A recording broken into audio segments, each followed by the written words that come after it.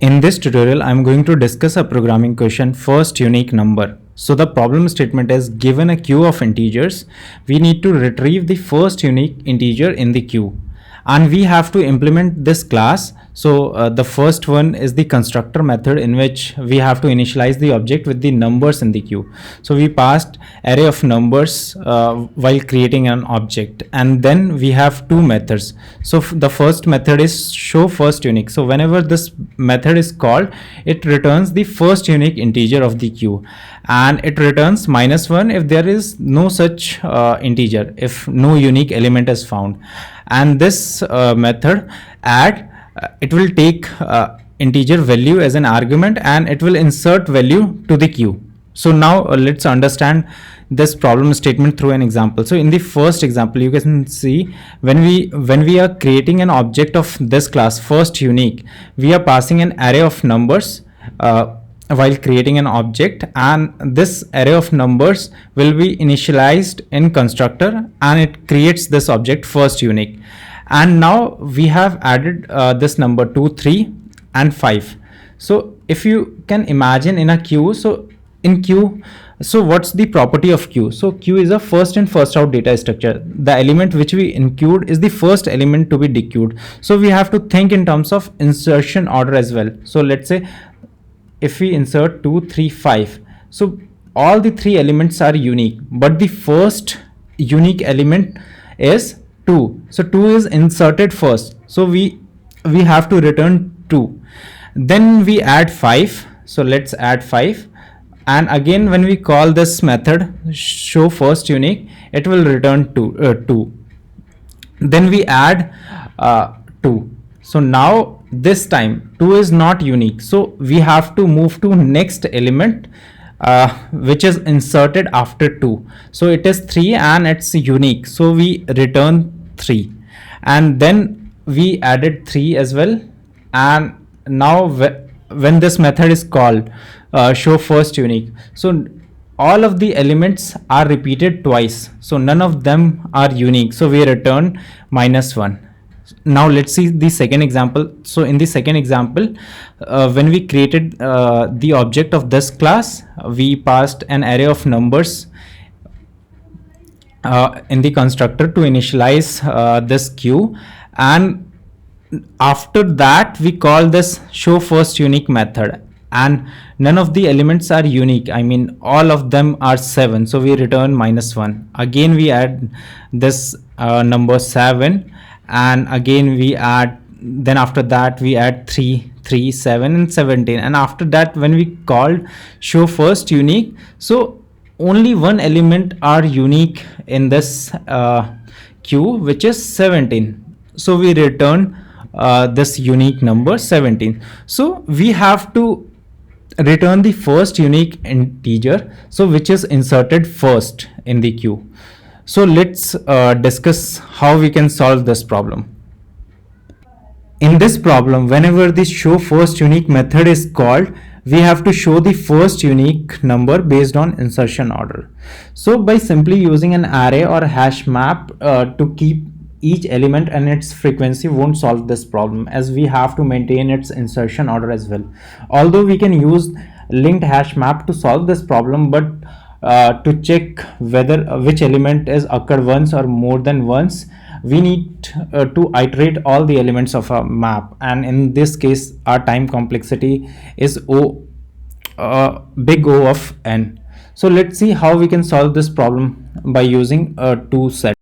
Set only contains unique element, but the insertion order is not maintained in a set, and to maintain the insertion order, here I have declared a linked hash set. So the idea here is to keep the unique element based on the insertion order in this set and one copy of each element in this set.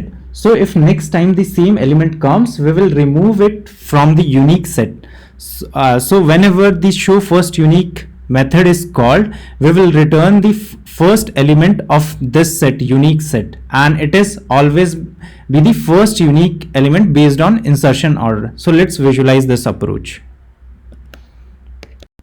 Let's dry run all these steps for this code. So the first step is to create an object, and we are passing this element, and in constructor you can see I am calling this method. So when we pass an array of numbers, so in this set all the unique numbers, one copy of all the numbers are added in this set.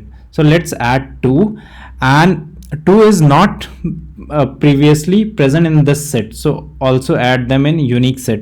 Then the next number is 3, so add here and add them here as well. The next number is 5, add here and add them as well.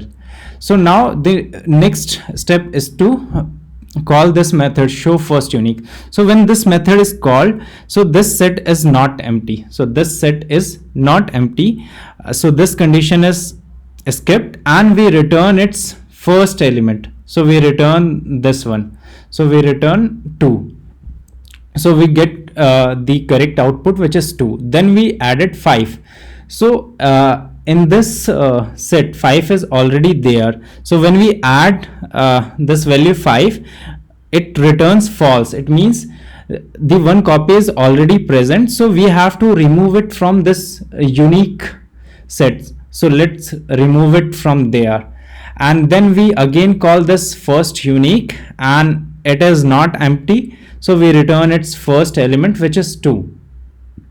Then we have to add 2, and when we come here, so in this step, so 2 is already there, so it return false, and we reach at this statement and we remove 2 from this set.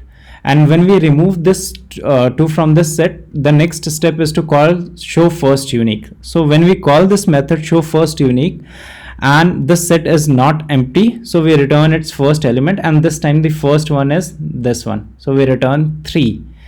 And next we insert 3, and 3 is also present in this set, so let's remove 3 from here as well, and we call this method show first unique. So when show first unique is called, this time this set is empty, we return -1.